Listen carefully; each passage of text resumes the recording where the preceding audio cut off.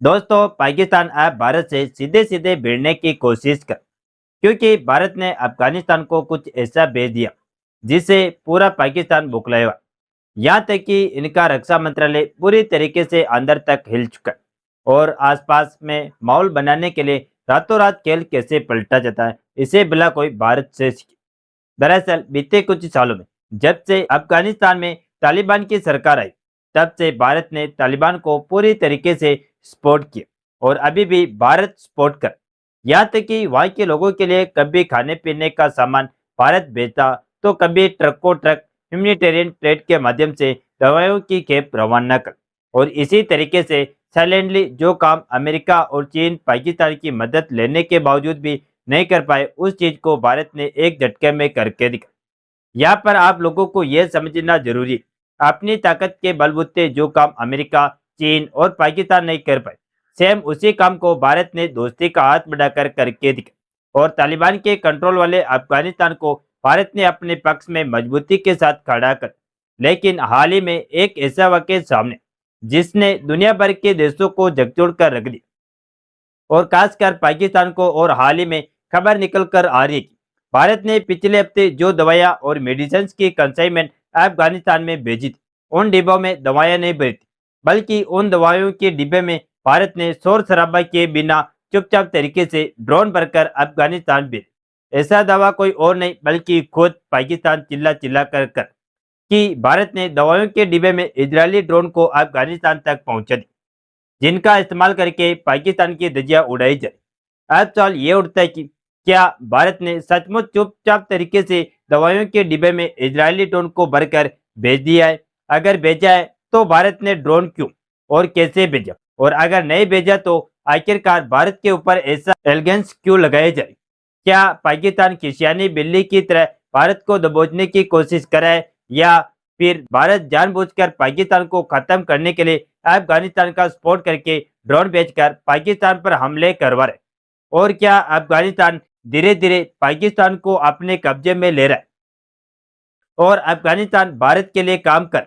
ऐसे तमाम सवालों का सही जानकारी के साथ सटीक विश्लेषण आपको इस वीडियो के माध्यम से मिलेगा।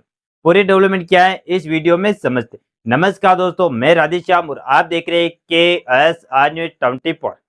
सबसे पहले ये समझिए कि पिछले कुछ सालों में भारत और अफगानिस्तान के बीच की दोस्ती एक सगे भाई की तरह हुई। साल 2021 में अफगानिस्तान में सत्ता परिवर्तन के बाद भारत और तालिबान प्रशासन के बीच धीरे धीरे नई शुरुआत। शुरुआत में भारत ने मानवीय सहायता भेजे के अपने नागरिकों की सुरक्षा पर ध्यान, लेकिन समय के साथ साथ दोनों पक्षों के बीच कई महत्वपूर्ण बैठकें हुई। अगस्त 2021 में कतर की राजधानी दोहा में भारत के तत्काल राजदूत दीपक मित्तल ने तालिबान नेता शेर मोहम्मद अब्बास से पहली आधिकारिक मुलाकात। इसके बाद भारत ने काबुल में अपना तकनीकी मिशन दोबारा शुरू किया और कई दौर की बातचीत के जरिए व्यापार, सुरक्षा और मानवीय सहयोग की चर्चा जारी रही। जनवरी 2025 में दुबई में भारत के विदेश मंत्री सचिव विक्रम मिस्री और अफगानिस्तान के विदेश मंत्री आमिर खान मुत्तकी की बैठक हुई। दोनों देशों के बीच संबंधों में एक बड़ा मोड़ आया।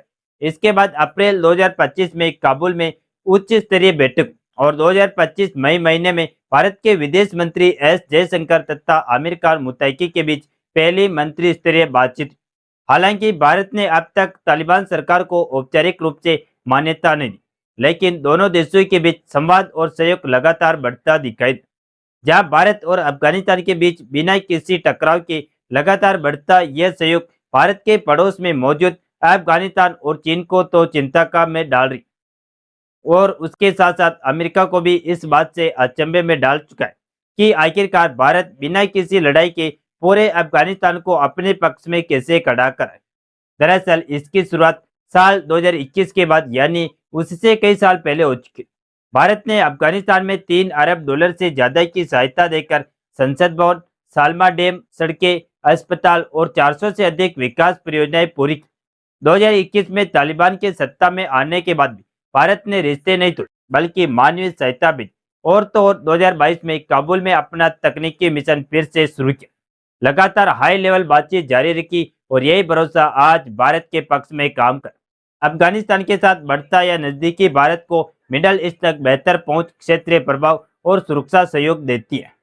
जबकि यही अफगानिस्तान भारत के लिए पाकिस्तान के खिलाफ एक जीता जागता रुकावट की दीवार बनता जा रहा है। असल में देखा जाए तो पिछले एक महीने में पाकिस्तान और अफगानिस्तान के रिश्ते पूरी तरह बदल गए।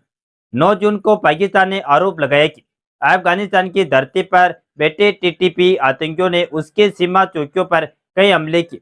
यहाँ पर टीटीपी का मतलब बस इतना समझ लीजिए कि इस ग्रुप में 6000 से अधिक लड़ाके और ये लड़ाके अफगानिस्तान की धरती में रहते और पाकिस्तान के खिलाफ काम करें, जिन्हें अफगानिस्तान का समर्थन लगातार मिलता है। अब जरा इन्होंने पाकिस्तान के ऊपर हमला किया तो इसके जवाब में 10 जून को पाकिस्तान ने पहली बार अफगान के कुछ प्रांतों में हवाई हमले किए। पाकिस्तान ने दावा किया कि उसने कई आतंकियों को मार गिराया, लेकिन दोस्तों सच्चाई यह रही कि उन हमलों में अफगानिस्तान के करीब 28 बच्चे और आम नागरिक को मारे गए। और यही से एक बार फिर से भारत की एंट्री हुई, क्योंकि जब अफगानिस्तान में मासूम और आम नागरिकों की जान खतरे में आई तो भारत ने हर बार की तरह इस बार भी अपना दोस्ती का पक्ष निभाते अफगानिस्तान में करीब 5 टन की मेडिकल सहायता ह्यूमैनिटेरियन ट्रेड के रूप में बिना सोचे समझे भेज दी और उसके बाद ट्रकों ट्रक लोड करके उसको अफगानिस्तान के उन इलाकों तक पहुंचाया गया जहां पर लोग घायल हो चुके थे। यानी कि भारत को जो करना था यहीं पर भारत ने अपना काम कर दिया। इसके बाद दोनों देशों के बीच तनाव लगातार बढ़ता गया। सीमा पर कई बार गोलीबारी हुई और अफगान तालिबान ने साफ चेतावनी दी कि अगर पाकिस्तान ने फिर हमला किया तो उसका जवाब दिया जाए। फिलहाल इसके बावजूद 27 जून को पाकिस्तान के कराची में सुरक्षा बलों के मुख्यालय पर बड़ा आतंकी हमला हुआ, जिसमें कई सुरक्षाकर्मी मारे गए। पाकिस्तान ने इसका जिम्मेदार भी अफगानिस्तान में छिपे टीटीपी आतंकियों को ठहराया। अब क्योंकि इसके बारे में हमले में ड्रोन और स्नाइपर का इस्तेमाल किया गया था, तो तिल मिलाई पाकिस्तान डिफेंस मिनिस्टर ख्वाजा आसिफ ने अफगानिस्तान से हुए ड्रोन हमले का दोष भारत पर बढ़ा दिया, क्योंकि तालिबान ने सफल ड्रोन हमले ने पाकिस्तान सेना और सरकार को चौंका दिया। ऐसे में पाकिस्तान कह रहा है कि भारत ने अफगानिस्तान में दवाइयों के डिब्बे में ड्रोन रखकर भेजे और फिर उनका इस्तेमाल उनके खिलाफ किया गया। और वह भी किसी ऐसे वैसे ड्रोन की बात यहाँ पर नहीं हो रही है, बल्कि इजराइल के उन खतरनाक ड्रोन की बात हो रही है जिनका नाम सुनने के बाद पाकिस्तान की सेना कांप जाती है। इसके बाद 28-29 जून की रात पाकिस्तान ने फिर बड़ा सैन्य अभियान चलाया और अफगानिस्तान के कुछ प्रांतों में कई हवाई हमले किए। अफगानिस्तान का दावा है कि इन हमलों में बड़ी संख्या में आम नागरिक मारे गए और घायल भी हुए। अब क्योंकि इसी बीच भारत मेडिसिन और कुछ जरूरी मेडिकल इक्विपमेंट बेचकर मानवीय सहायता कर रहा है, तो पाकिस्तान की सबसे ज्यादा भड़क और भारत पर आ रही और पाकिस्तान की भारत से जल रही है। फिलहाल अब माहौल इतना बिगड़ गया है कि दोनों देशों के बीच खुले युद्ध की स्थिति बन चुकी है और पाकिस्तान की फटी पड़ी, क्योंकि अफगानिस्तान की सेना लगातार पाकिस्तान का बॉर्डर क्रॉस करके आगे बढ़ी। भारत को यह बात अच्छे से मालूम है कि अफगानिस्तान की धरती काफी सारे खजाने भी मौजूद, जिनका एक्सेस भारत को भविष्य में मिल सकता है। और अब या अमेरिका इसीलिए हैरान, क्योंकि 20 सालों की सैन्य मौजूदगी के बाद भी वह अपनी अस्थायी सरकार नहीं बनना पाए और तालिबान फिर से मजबूत होता जाए। वहीं दूसरी ओर चीन का पैसा डूब रहा है, क्योंकि साल 2008 में चीन की कंपनी एमसीसी ने लगभग $3 बिलियन के निवेश का समझौता किया। इसे उस समय अफगानिस्तान का सबसे बड़ा निवेश माना गया, लेकिन समस्या ये हुई कि लगभग 16 से 18 साल बाद कॉपर का व्यावहारिक उत्पादन शुरू नहीं हुआ। लेकिन वही दूसरी ओर भारत ने जितना भी अफगानिस्तान में इन्वेस्ट किया उसका प्रभाव देखने को आज भी मिल रहा है और अफगानिस्तान आज भी भारत के सपोर्ट में एक मजबूती के साथ खड़ा है और भविष्य में भी अफगानिस्तान भारत के साथ मजबूती के साथ रहने वाला। इसका फायदा आगे चल के भारत को तब मिलेगा जब भारत अफगानिस्तान की धरती पर मौजूद माइनिंग साइट्स को ऑपरेट करे, जो कि जल्दी होता हुआ दिखाई देगा। फिलहाल आपको क्या लगता है, क्या वाकई में भारत ने दवाई के डिब्बे में भरकर ड्रोन भेजे होंगे या फिर भारत पर यह आरोप पूरी तरीके से बेबुनियादी?